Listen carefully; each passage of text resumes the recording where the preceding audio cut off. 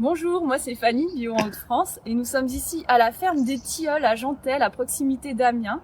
Il paraît qu'il se fait des choses assez originales avec du jus de luzerne dans les serres. Alors suivez-moi, on va voir ce qui s'y passe. Et donc ça y est, là, on se trouve devant la serre qui a accueilli les essais avec le jus de luzerne. Donc c'est une serre de tomates comme vous pouvez le voir. Et je vais laisser Léa expliquer un peu plus en détail ce que tu as fait ici. Tout à fait. Donc, bonjour, je m'appelle Léa, je travaille à Lyon, en Hauts-de-France, et donc je suis les essais sur tomates qui sont menés dans le cadre du projet Fertiluse.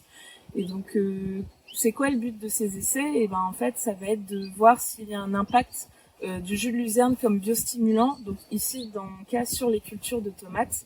Pourquoi on s'intéresse au jus de luzerne? En fait, ça a été documenté que le jus de luzerne contiendrait du triacontanol, mais aussi un ensemble de molécules qui pourrait être bénéfique à la plante en tant que biostimulant.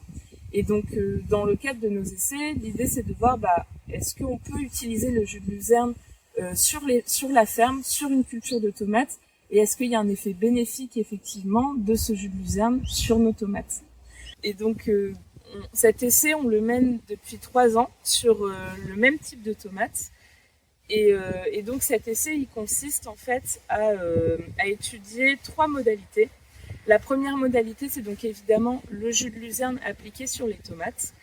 Donc ça consiste en fait à pulvériser du jus de luzerne sur les premiers bouquets de tomates au moment où ils fleurissent au printemps.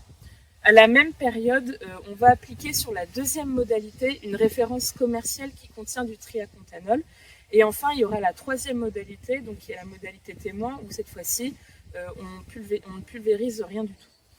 Les tomates sont conduites exactement de la même manière par le producteur. L'idée, c'est de voir au moment des récoltes, donc dans l'été et au début de l'automne, donc comme en ce moment en septembre, on va regarder si entre ces 3 modalités, il y a des différences sur le calibre des tomates, sur le nombre de tomates récoltées, et si voilà, en fin de saison, s'il y a une modalité qui continue à produire de manière régulière ou pas.